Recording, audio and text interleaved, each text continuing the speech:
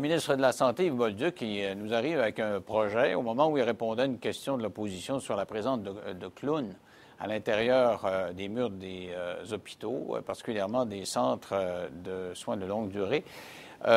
Il dit, écoutez, il y a une nouvelle invention, j'ai vu ça dans des hôpitaux. C'est un petit phoque électronique, ça vaut 6 000 $, ça vient du Japon. Et ça a l'air d'une bête intelligente et en vie. Et c'est extraordinaire. C'est l'avenir. Il faut mettre de la vie dans les CHSLD. Ces personnes âgées-là ont le droit d'avoir du plaisir, ont le droit de sentir qu'elles ont de la compagnie. Regardez la petite bête en question. C'est une bête en peluche. C'est un petit phoque. Écoutez bien.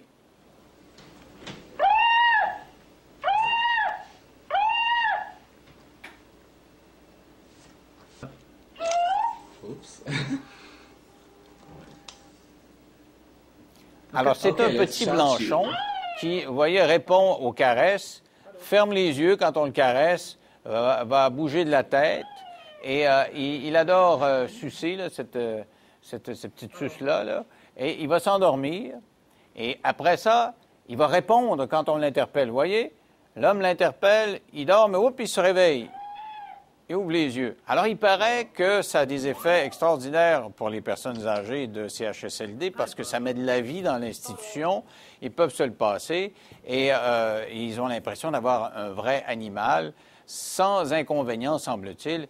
Et au Japon, on ne jure que par ça. Ce serait l'avenir. Le ministre s'enthousiasmait, en tout cas, en Chambre, en disant « Regardez, soyez ouverts, vous, l'opposition, vous critiquez la dépense. Les clowns, ça met de la vie et ça va mettre de la vie. » Est-ce que c'est une bonne idée? Il y a des gens qui ont des doutes là-dessus, notamment des gens qui sont spécialistes en zoothérapie. Avec moi, Mme Annie Bernatchez, qui est directrice clinique, et M. Laurent Leduc, directeur général de l'Association de zoothérapie du Québec. Bonsoir à vous deux. Bonsoir. Alors, qu'est-ce que vous pensez de ce petit bidule-là, vous? Bien, au premier abord, c'est difficile de se faire une idée sur la pertinence de l'utilisation d'appareils comme ceux-là dans les CHSLD au Québec. Nous, depuis 25 ans, on met de l'avant une approche qui vise à doter les CHSLD, les personnes qui vivent là-bas, d'une intervention avec une personne et un chien et un intervenant, donc où il y a une interaction avec du vivant, hein, où on met en lien des personnes avec des personnes et avec un chien. Ici, on semble vouloir remplacer, d'une certaine manière, le vivant par du synthétique. Alors, c'est sûr qu'on s'interroge sur la capacité d'avoir une relation affective, de pouvoir développer ces capacités, ou en tout cas, à tout le moins, réduire la détérioration des capacités, des fonctions motrices ou des fonctions cognitives des personnes. Alors, nous, au premier abord, on demande à être convaincus, je vous dirais, après 25 ans de pratique. Là, vous avez avec vous un petit chien qui s'appelle? Sophia. Sophia, qui est bien tranquille d'ailleurs. Oh, Sophia. Ça va? Et donc, elle va rencontrer des personnes âgées? En fait, Zoothérapie Québec, on a une équipe canine d'une trentaine de chiens et on est une équipe d'intervenants et on est assisté par nos chiens dans nos interventions. Alors, quand on va en CHSLD, on propose aux aînés toute une gamme d'activités en lien avec l'animal qui vise à mettre l'aîné, à le rendre participatif, à lui offrir des occasions de contact social qui seront riches et rempli de sens. Donc, ça met de la vie quand la petite bête arrive dans le CHSLD. Ah oui, là. quand Ils on sont arrive... heureux là, quand vous arrivez? Ah, ils sont heureux. Les réactions sont très positives. Ça fait bientôt 25 ans qu'on fait nos activités de zoothérapie. Quand on introduit un chien dans une unité de soins, alors ça anime, le chien arrive, est vivant, est dynamique, il interpelle la personne, il va solliciter la personne pour avoir des échanges avec lui. Et surtout, on propose aux gens des activités, par exemple, comme la marche en laisse. On peut proposer aux gens des occasions de promener le chien qui va bouger. On peut pas aller promener le phoque, là, c'est sûr. Mais non, on l'a sur soi. Vous voyez, ce sont des images qui viennent du Japon où ça a été inventé. Et on dit qu'il y a une relation quand même, un peu comme un enfant développe une relation avec une poupée. Et que, d'ailleurs, d'accord, ils ont beaucoup de plaisir avec votre chien quand il y va, mais vous repartez avec, alors que ces petits bidules-là passent la journée, la nuit même, dans le centre, là. Sur le plan de la relation, je vous dirais qu'au Québec, on a fait le choix de partager notre quotidien avec des chiens, des chats principalement. Donc, la signifiance du chien n'est pas à questionner. Donc, les gens vont éprouver un lien d'attachement envers un chien parce qu'ils ont eu dans le passé des relations avec un chien qui étaient significatives. Alors, au niveau du rappel des souvenirs, de la mémoire ancienne, il y a des empreintes qui sont préservées et qui font que quand on se présente avec un chien, bien, ça suscite ça éveille la personne doublement. Ça, je comprends, mais moi, ma question, c'est, d'accord, moi, je suis persuadé que Sophia fait un bien bel job, mais est-ce que ces petits bidules-là peuvent pas être, ces bêtes-là, être 24 heures sur 24 là, et on les voit, ils se les donnent un et l'autre. Parce que Sophia ne peut pas être là toute la journée. Vous devez être là. Vous avez raison. Sophia fait caca, puis les autres font pas caca. Vous avez raison. Ce qu'il faut comprendre, c'est que ces blanchons électroniques-là, il n'y en aura pas un pour chaque résident, là. Il ne faut pas penser que chacun des résidents à CHSLD se verra remettre à son admission un blanchon à 6 000 la copie. Non, ils n'ont pas de couche encore. Non. Il y aura quelques blanchons dans certains CHSLD et les gens auront à se les partager, non pas pour dormir avec, là, ni même pour les amener dans leur chambre, mais plutôt dans des salles communes, comme on voit sur les images que vous avez. Donc, est-ce que vous êtes en train de me dire que ça pourrait être un facteur de chicane? S'il y en a juste un plusieurs ensemble? Écoutez, ça sera... Non, c'est mon nono! Ça sera aux gens... dans le front. Ça sera au personnel des CHSLD concernés de voir ça. N'en demeure pas moins que ce que nous, on propose avec les chiens, et il ne s'agit pas ici de défendre notre pratique plutôt qu'une autre, il s'agit simplement de faire la distinction entre ce dont on parle, c'est-à-dire le phoque électronique, et les chiens. Quand avec des gens qui ont des atteintes importantes fonctionnelles, au plan cognitif, au plan moteur, au plan affectif. Ce qu'on propose aux aînés, par exemple, c'est d'amener le chien marcher dans le corridor. Donc, de mettre la personne en mouvement, d'être capable de la stimuler là-dedans, de nourrir le chien, de le faire boire, de le brosser. Donc, quelqu'un qui commence à avoir des pertes avec ses mouvements, on va faire brosser le chien. Mais il peut faire ça avec le phoque aussi, non? Ben moi, j'ai des doutes sur la capacité du chien à marcher dans le du phoque à marcher dans le corridor, notamment. Mais à brosser, là. Je parle de brosser, sans doute, le nourrir, le contact, l'interaction qu'on peut avoir avec l'animal. C'est pas un chien, mais c'est comme entre rien du tout, là, parce que votre chien, il est là, quelques jours par mois dans absolument. un CHSLD? Généralement, on passe une fois semaine. Oui, c'est hebdomadaire. Bon, une fois par semaine. Alors, si lui, votre chien vient une fois par semaine, mais le reste du temps, ils ont ça serait une bonne idée?